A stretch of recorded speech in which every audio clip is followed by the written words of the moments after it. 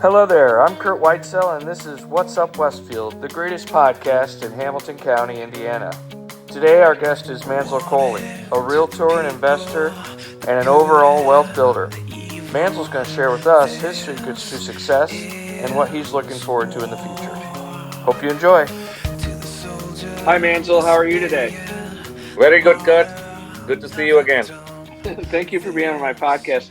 I don't know, did you get the memo? We need to have maps in the background. and a pink shirt, yes. You know what's funny is I just realized this. My map shows my travel, my how far I go, and your map shows how far you go. It does. So what my kids and I do, they took it off, but we have these little magnets and we try to stick one in every time we travel to another country or another city that we've never been to before. I do the same with ours. Different parts of Westfield my kids have never been before. So Right. hey Mansell, so we know each other, and you are a very busy realtor and investor. And I thought it'd be fun to have you on here and talk about just your business and you a little bit. But I want to know about you have an interesting business. It's not typical, and so why don't we start with you just telling us where you're from and maybe how you got through college and where you got started in the world. Absolutely. I can talk about that. And before we get deep into that, I just want to clarify I don't like to be tagged as a realtor or an investor only. I call myself a wealth builder. Okay, I like that. Right. And the reasons are manifold. I like to, because of my background in the corporate world where I come from, by qualification, I'm a computer science engineer. I hold a master's degree, MBA in sales and marketing. Worked in the corporate world for some big consulting firms. I've started with IBM, the computer company, then a couple companies called PricewaterhouseCoopers, KPMG. So I was in senior executive roles at big Fortune 50 companies. Um, but, eventually a realization dawned upon me that I just wanted to be my own boss and do something for myself. So ventured out into opening some verticals, two or three verticals, which we'll delve into right now. But again, the reason I call myself a wealth builder is because I like to see similar corporate executives, doctors, attorneys who have a 9 to 5 routine. I want them to get on this path of building wealth. And achieving that through real estate is just one of the many mechanisms in the world, but one of the most efficient and um, productive mechanisms as well. So I like coaching people to get on that path. I could do it. There are smarter people than me out there, and I just feel that they can achieve it as well and achieve more financial independence. I like that. So, where did you feel like you started building your own wealth? So I think you have a lot of role to play there too, Kurt. When I was with my job and in New York, I met my now wife. She's a healthcare professional, and we decided to move to Indiana and settle and raise a family here. So when I first moved here, we bought our primary home in Fishers. It was a small 3 bedroom house at that time. It was just me and my wife. It was a starter home, but then I started researching more on real estate while I still had my job. And I felt that the Midwest market was very lucrative in terms of pricing for the amount of money you spend. The real estate you could get was much higher, right? Mm-hmm. So very lucrative, very undervalued as well. So just started peeling the onion a little more on that, and I realized I had some liquid cash and resources. I learned how to leverage money and getting to banks and playing that game as well.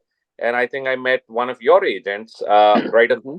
was putting a for sale sign. WKRP was there, and Mm-hmm. I went and asked them. I said, "Hey, what does it take to buy this house?" And then I went ahead and bought that house. Right, so had Uh-huh. bought the house, but then bought the one across the street. But then I got in touch with you, and then as destiny had it, we just started learning and growing together at WKRP several years Mm-hmm. ago while I was still doing this part time. But the goal was just onefold, like I said, to build that wealth, right? Mm-hmm. Passive income, as we call it, also through real estate that I wanted to build for my own portfolio of rentals. There was no other motive, there was no other goal. Mm-hmm. Um, I wanted to, I broke down the whole value chain. I was wearing the hat of a buyer. I wanted to be the title company. I wanted to be the realtor. I wanted to be the lender and everything on the deal, so I could keep more money in house and Mm-hmm. save more on the whole value chain. But when you peel the onion, you start researching. It's a very regulated industry. One cannot play all roles on a transaction, so it's Mm-hmm. disallowed. So real estate seems to be the most low hanging fruit. And I felt, hey, why am I paying another realtor commissions on my deals? Mm-hmm. Why not become a realtor myself? So eventually, I think with your guidance too, I got my 90-hour pre-licensing course several years ago. We joined Mm-hmm. WK. And then there was no looking back, Kurt, just because of me being socially active, politically active, and just being at community events.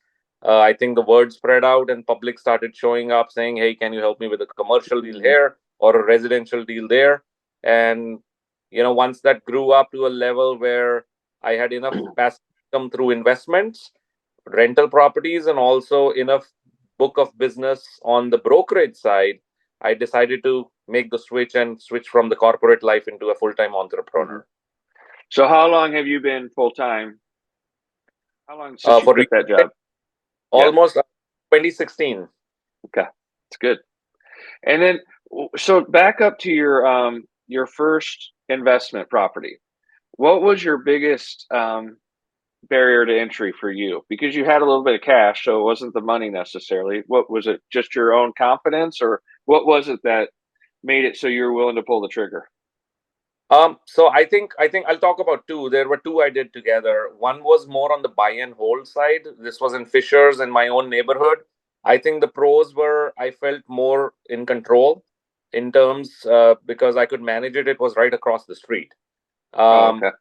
so it was a relatively easier decision. The Hmm. price and cost wasn't that high. I had already learned how the bank loans work and how much money I Hmm. had to put aside and put down. I'd already built some relationships with a handyman and other people who could help manage that property if something were to Hmm. break. So I think lining up those ducks in a row in terms of knowing what numbers you want to buy at, understanding who will manage the property. And just because it was my first rental, just having it stones throw distance made me a little more confident rather than buying it all the way 45 minutes away somewhere, Yeah, or in a very controllable. very controllable. However, on the flip side, and on around the same time, I went to just a little south of Fountain Square, which was a growing area. Fountain Square was and still is, but just a little south of Fountain Square, I bought my first property to flip. It was a very distressed property. I got it for, I remember, $19,000.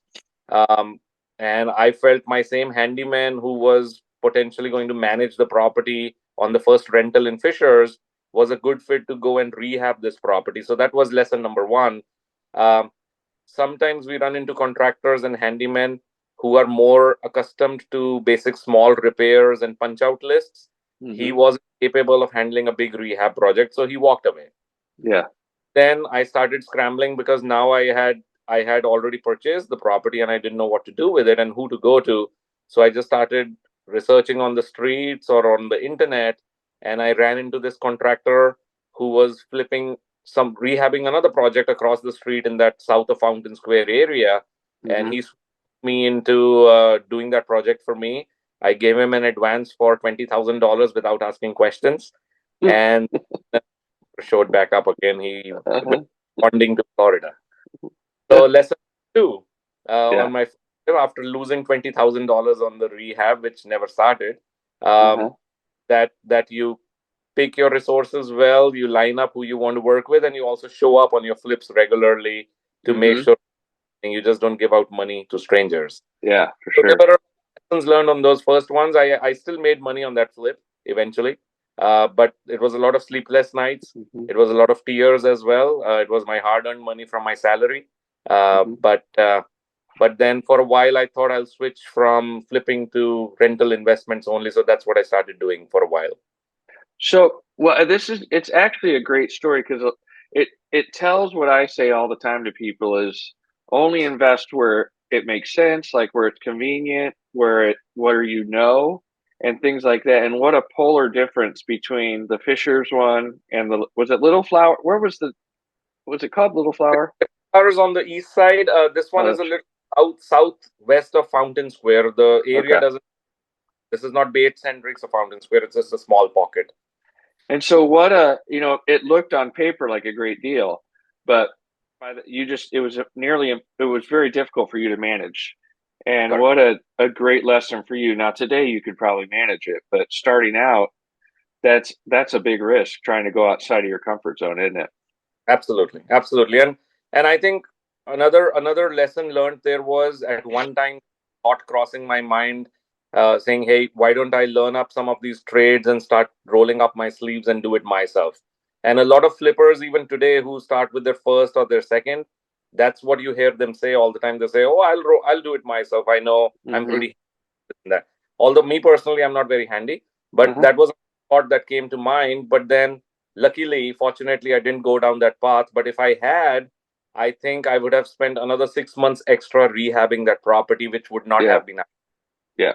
So the time cost versus saving money by outsourcing it, that's another lesson. And we teach a lot of investors now on how to flip. Yeah. Me done this for several years, but these are certain lessons learned as a novice. That I think all of us need to be wary about. Once you bought one and then you bought your second one, is there any difference in buying rental property from 2 to 20, from a lending, from it does it get easier scaling? Talk about going from two to whatever you have now. I'll talk about the rental portfolio. I have about 41. Mm-hmm. Um, and on the soft side, on a lighter note, the amount of stress that it takes to manage one rental property is the same amount of stress that it takes to manage, let's say, 400 or 40 of them. Mm-hmm. I don't think people understand that right away, though. Yes, but that's also an opportunity, because if you're someone who just wants to live and die and breathe with one or two and don't wish or don't have the intention or the appetite or the strength to scale up, then I think we are doing ourselves a disfavor, assuming resources allow that, right? I mean, the Mm-hmm. financial, that is important, but I think the mindset and the intention needs to be there to learn to scale up. I call it the Chinese principle: whatever they do it big, right? Mm-hmm. So we got to learn to do some of that as well if our resources allow. Banks are a very good resource. One of my goals also, and I'll answer your question there in terms of financing, how that matters. One of my goals every year has not been to set my real estate goals as a broker, but as Mm-hmm. an investor to go meet at least 7 or 8 lenders and build Mm-hmm. relationships every year. I go meet new lenders, new vice presidents of commercial or residential, and I just try to understand what products they have for investors. Mm-hmm. And you never know, sometimes something clicks and you want to start building that relationship. Mm-hmm. um, in terms of your question on the financing, yes, lending guidelines are very strict, as most of your audience members here would know. There's about 20 on the residential side. There's 20% down that one has to put on investment properties. Mm-hmm. You cannot put anything below that. So amassing that kind of liquid resources is important. Mm-hmm. Then also understanding what good debt versus bad debt means. Those are good concepts to know for any investor. Also understanding the concept of consolidation, which means on the residential side, personal loans, Freddie Mac, Fannie Mae guidelines, we all need to be aware of. They only allow, I think, 8 or 10 properties per individual, per loan, 8 or 10 loans on Mm-hmm. property. As you keep scaling up, the same bank will probably do 4 or 5, and then they raise their eyebrows because your debt to income ratio, DSCRs, everything kind of go up. So having that relationship with multiple lenders, that's why it helps, Mm-hmm. because I could do 4 with one and 4 with another. However, when we start touching that 8 or 10 loan limit, including the primary home, Mm-hmm. a lot of banks will start saying no because the DTI ratio starts to climb up. Sure. um, that's where I think it helps to have a relationship with a commercial lender, Mm-hmm. where, and that's what I did. So you just play and move money around with, and you have to be cautious. Of course, you don't want to over leverage, but basically, a commercial lender will come in and swoop and pay off all the mortgage on the personal side, and Mm-hmm. basically, or either open a line of credit or take all that liability on their commercial line. And then what that helps us do after a month or two is it wipes the slate clean. And my Freddie Mac, Fannie Mae guidelines on the 10 additional loans, I can start from zero. and I can start doing that over and over again. Again, assuming I have the liquid resources for the 20% down. What is your, do you have a goal for what your leverage level is? My goal is to bring it down to zero. I'm old school and conservative that ways. We like to leverage, Interesting. but we are now at a point because we flipped so many properties. We have liquid cash and resources. I like to buy cash as well. Um, but eventually, tax strategies aside, and some seasoned investors will tell you, hey, keeping a portion of the mortgage helps offset some profits and taxes. I Mm-hmm. am kind of old school. I like to believe in as low leverage as possible eventually. Okay. Will you buy a property and not put debt on it? Yes. And that's like the perfect scenario for you Yes, if you always. don't have to call the bank. Again, Interesting. we're not buying at retail value. No one likes to buy retail. We buy at wholesale pricing. Mm-hmm. But if the deal can be consummated with cash, I like doing that. And then Man, there's the BRRRR method, where if someone wants to go and refinance and they're running low on cash resources, they uh-huh. can always buy and then rent and refi and do all that stuff. The whole BRRR method. Um, but I personally don't like to. I like to consolidate my debt. Basically, that's our goal. Manzil, and I know this is always a topic with us, but what is the Indian culture of investment real estate? Is it good? I mean, is this encouraged? Are you learning this as a kid? Do families own real estate? What is it Yep, from that's where you good. come from? I think that's a good question to bring. And I don't know if I said at the beginning, I'm originally from India. My education, schooling, everything I mentioned actually happened in India. I grew up there, and then I migrated here legally through my job. um, Too funny. so coming back to your question, it depends, right, Kurt? So, Mm-hmm. like America, India is a big culture, big country. It's a democracy as well. We are very similar to how you're raised in the United States, right? Mm-hmm. But it all comes down to what your parents have instilled in you as your moral values, what Mm-hmm. your family has taught you in terms of investment principles. There's middle class there as well, but then there is the higher middle class and the know you're rich, and then there's a lower middle class. So in any society, any capitalistic society, you see a section of the society that keeps working jobs or multiple jobs just to make ends meet.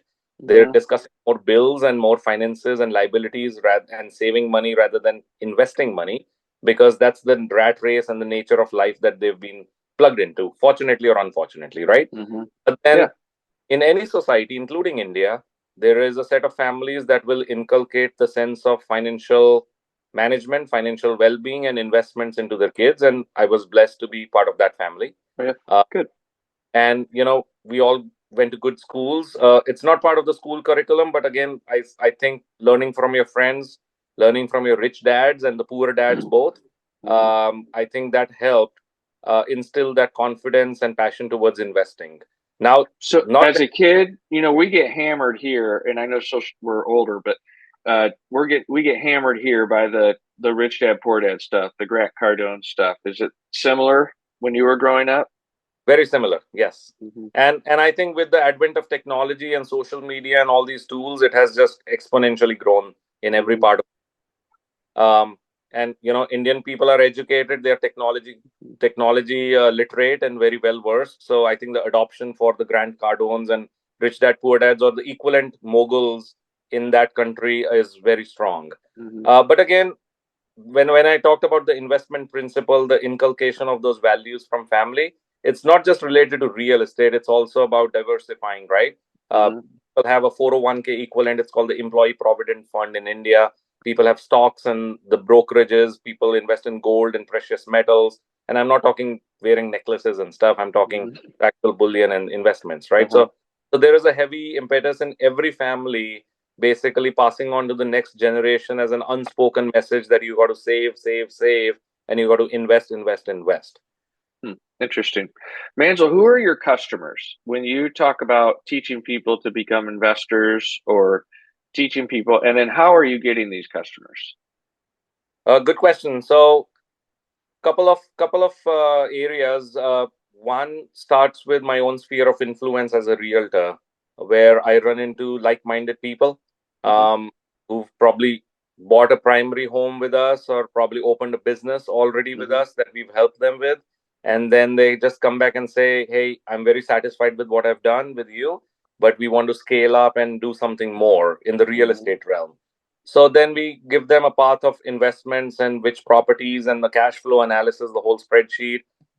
Teach them about how what NOIs and ROIs mean, and just try to get them comfortable in the whole jargon and the investment space. Mm-hmm. Um, there's also a lot of people that I've recently in the last 1 or 2 years, just by doing a lot of these podcasts, my social media presence on Facebook, or going to the INRIAs and the SIRIAs and all these real estate association meetings, I've run into people who are either seasoned investors Mm-hmm. already or just aspiring investors. And I Mm-hmm. think we all still get to learn from each other. So I've been meeting them one on one as well and just giving them the whole shebang on the 4 step process, right from lead gen to acquisition to the rehab and then capitalizing the property. So we Mm-hmm. talk about that and how I can add value in each of those 4 steps. Do you have clients that, and I think this is true, you have clients that you stay on, you help them model, then you help them buy, and then do you help them manage also? Yes, we do. So my one of my businesses is a property management business now. It's called KPS, Kohli Property Solutions, after my last name. Um, we have a few hundreds of properties that we manage under that brand right now.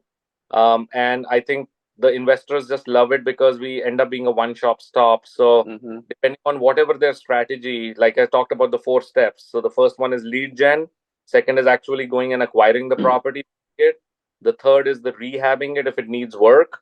And fourth one is actual the capitalization of that, which could be either selling it if they're flipping or buying and holding it if they're a buy and hold investor. And they like the fact, to your question, that we can add value to every stage, every process. We are a one shop stop. So Mm-hmm. if they rehab, I have my own crew. I can send them my handymen, my painters, my flooring guys. There, some of them are on my payroll, and they can use my resources for a fee. If they just want to use us as a realtor and do everything themselves, we can help them as a broker. Mm-hmm. If they want property management after they've bought and they want to manage tenants, we have a property management division as well. Mm-hmm. So, by the way, now since I'm with Villa Home, which was erstwhile Carrington Real Estate, Carrington Group of Companies, Carrington also has a mortgage loan servicing company in about 45 states in the country. Hmm. So we now help our clients with a lot of commercial and residential loans as well through Carrington Mortgage Services. You know, Manzil, you are one of this is an impressive thing by me. Everybody knows what you do through social media, and you're also one of the busiest people. You are out there. You go to events. You're engaging. You do it the right way. Um, what doesn't work? What have you found in your daily events or meetings or social media, whatever your marketing is? What is something that you found doesn't work that you thought would work? Is there anything? Yes, two things I can say right off the top of my head. One, anyone building a brand, whether it's Curt Whitesell building WKRP and you've established a great brand in the Mm-hmm. Hamilton County area, we are on that path as well, small or big. I won't get into all that. Mm-hmm. I think, and this comes from my corporate world. So I'll give you a quick anecdote here. When I was in the IT industry and the world, there's a very big cultural mindset that the boss is sitting right across, or your CEO and the president of the company is there. I finished my job for the day. I'm very productive. I've completed my stuff in 2 hours. But because the boss is sitting in the office, I'll keep sitting there in the office on my laptop just to show them that I'm present there, right? Huh. And Yeah. will be unproductive and be on YouTube listening to music or Facebooking. But Uh-huh. one boss who was my mentor, and he came to me and he said, "Hey, what are you doing? Are you done?" I said, "Yeah." He said, "Get the hell out, go get a drink." Hmm. And the words he told me was, he said, "Presence, physical presence is not performance. Hmm. Your performance can still be delivered in that world, that sphere, without being physically present because of technology, right?" Interesting. Yep. However, now we are on the other side of the realm where we are all business owners, we are entrepreneurs, again, big, small. We are building our own brands. Mm-hmm.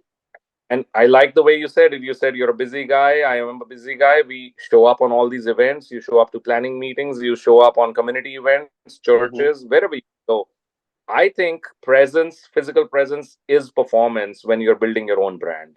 Very You good. have you have to be shown, you have to be seen, and people relate to you accordingly. And when you start engaging, someone likes a more deeper conversation at the same location.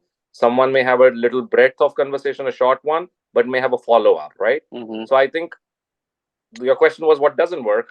Yeah, If you physically show up and don't do those follow ups, that doesn't work. So you it have does to be not work. present. Yes. People And are then not the going to follow. beg you to work with them, is what you're saying.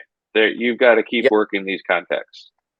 you have to. And then the one thing I've personally faltered on, and now my CRM system, and I have an assistant, and she helps me as well. Is I think working your sphere and the follow ups and the constant contacts. Mm-hmm. We all get into a habit of exchanging business cards. You come home and it's in a big jacket because it was snowing outside. You take off your jacket and then the card gets lost with it, right? Mm-hmm. Uh, so there has to be a sense of discipline. There has to be a sense of ethic there, work ethic, where a business card, if brought back home within 24 hours, you tap them back again. So they have you in Mm-hmm. their subconscious. That's very important. It is very important. That's a good one. I think you're right. I like a lot of business cards. I like to meet a lot of people, but it does nothing if I'm not working them. And it's not just one follow up. I got to build a relationship with them. So that's good advice. Where do you waste time, Manzil? What's something how do you waste time? Social media, which I think, and I would love if my son and daughter were older and could manage my accounts and my Right. business and personal posts. Uh-huh. Uh, I love playing chess on my phone, and it's very addicting. Mm-hmm. Every now and then there's a client waiting for me to call them back, and I'm in the middle of a game, and I tell them Sure. I'll call 10 minutes later. But I do waste a lot of time there. It's Uh-huh. unproductive, but I love doing what I do. So on your social media, because I play Monopoly Go, uh, on your social media wasting time, is it because we're scrolling and we're just looking at things other people are doing, or is it because what you're posting isn't getting you any return? How do you feel about that? Is it just you're goofing The off? I would say the latter. I am not one who will sit on YouTube and watch shorts unnecessarily about uh, a jelly and a candy and Uh-huh. snake showing up in a house. We don't have time for that. We are beyond that. Uh-huh. I don't have time for Instagram posts and dance videos of other people. Um, the unproductivity came down from the fact that as an individual, as a business professional, I assign an hourly rate to me. I have a dollar value for my hour. Mm-hmm. If I'm a broker, I'm helping you broker a deal. Mm. I make commission out of it for the number of hours I spend. I know what my return is dollars per hour, right? Interesting. If I'm flipping a house and I've spent so much time with acquisitions and then overseeing my projects and whatever the case with my team, and I'm making X amount of dollars returns, I know what my hourly rate of return there is, hourly Mm-hmm. rate. It could be different in every business and every vertical. Property management, totally different hourly rate, right? Mm-hmm. But if I am not justifying that same hourly rate by posting even about my business, whether I made a good sale or a bad sale or marketing myself, but that in turn is eating into my productive time and Mm-hmm. which I think has a tangible value, of course, and I cannot justify that hourly rate there, I think I call it wastage of time or unproductive time. So if those things can be outsourced, I think every professional should look into those. What is that time worth in terms of dollars? Mansell, are you an investor? And I know you've got terms, but are you an investor first, and being a realtor is one of the conduits to make that happen? Is that how you envision it?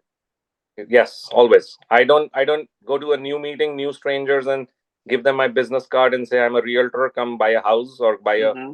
or a building. I just tell them I'm a wealth builder, I'm an Mm-hmm. investor myself. There are a lot of realtors out there, but not every one of them is an investor. Mm-hmm. So Are you surprised at how many, now that you've been in it for so many years, how many real estate people do not, they just think about selling a house and making that 3% or whatever it is? Are you surprised? Because we do offer a lot of knowledge to people that are investors. true. No, that's a good point. I'm not surprised. I think there is a reason and rhyme to why that's also happening in the market is since COVID times, I'm sure you've multiplied your business manyfold. I did Mm-hmm. very well during COVID as well.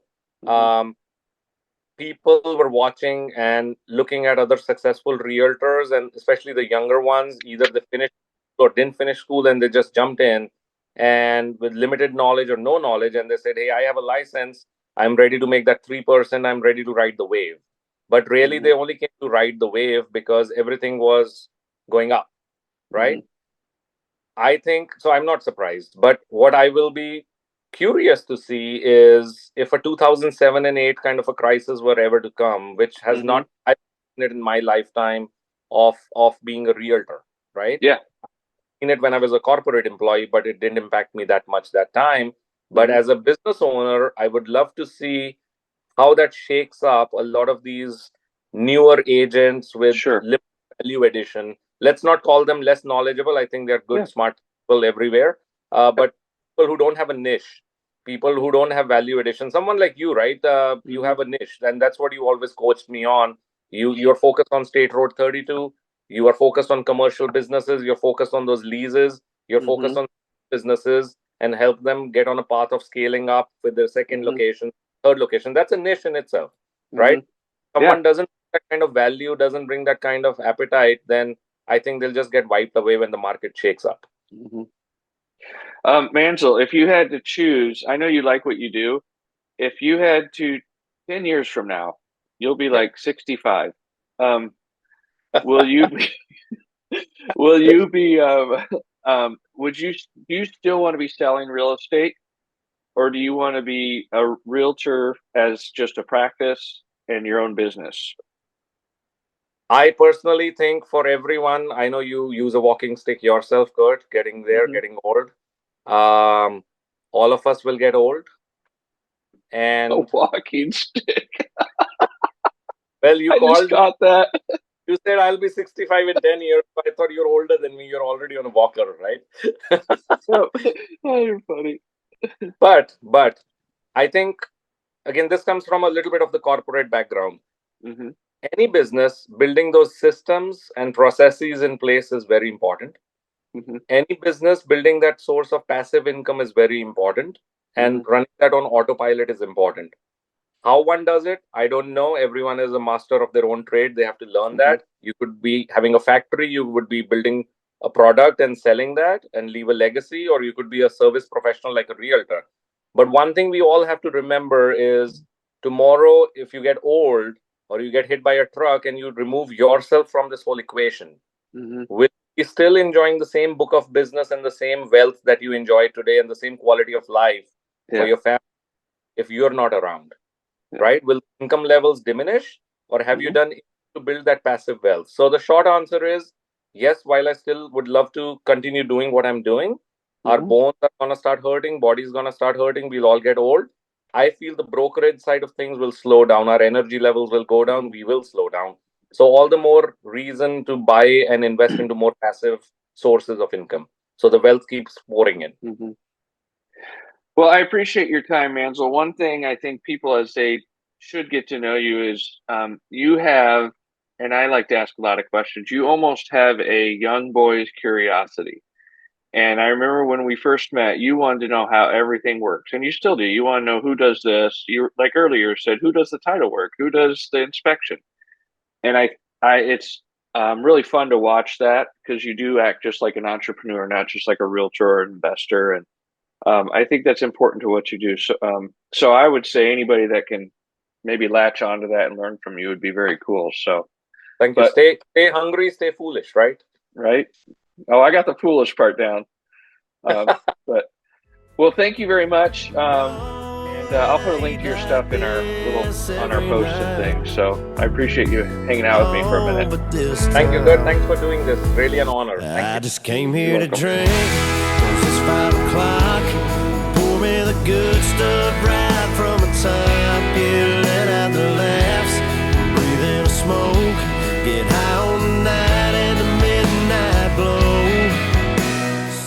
Be sure to subscribe, like, and follow. Yeah, tonight.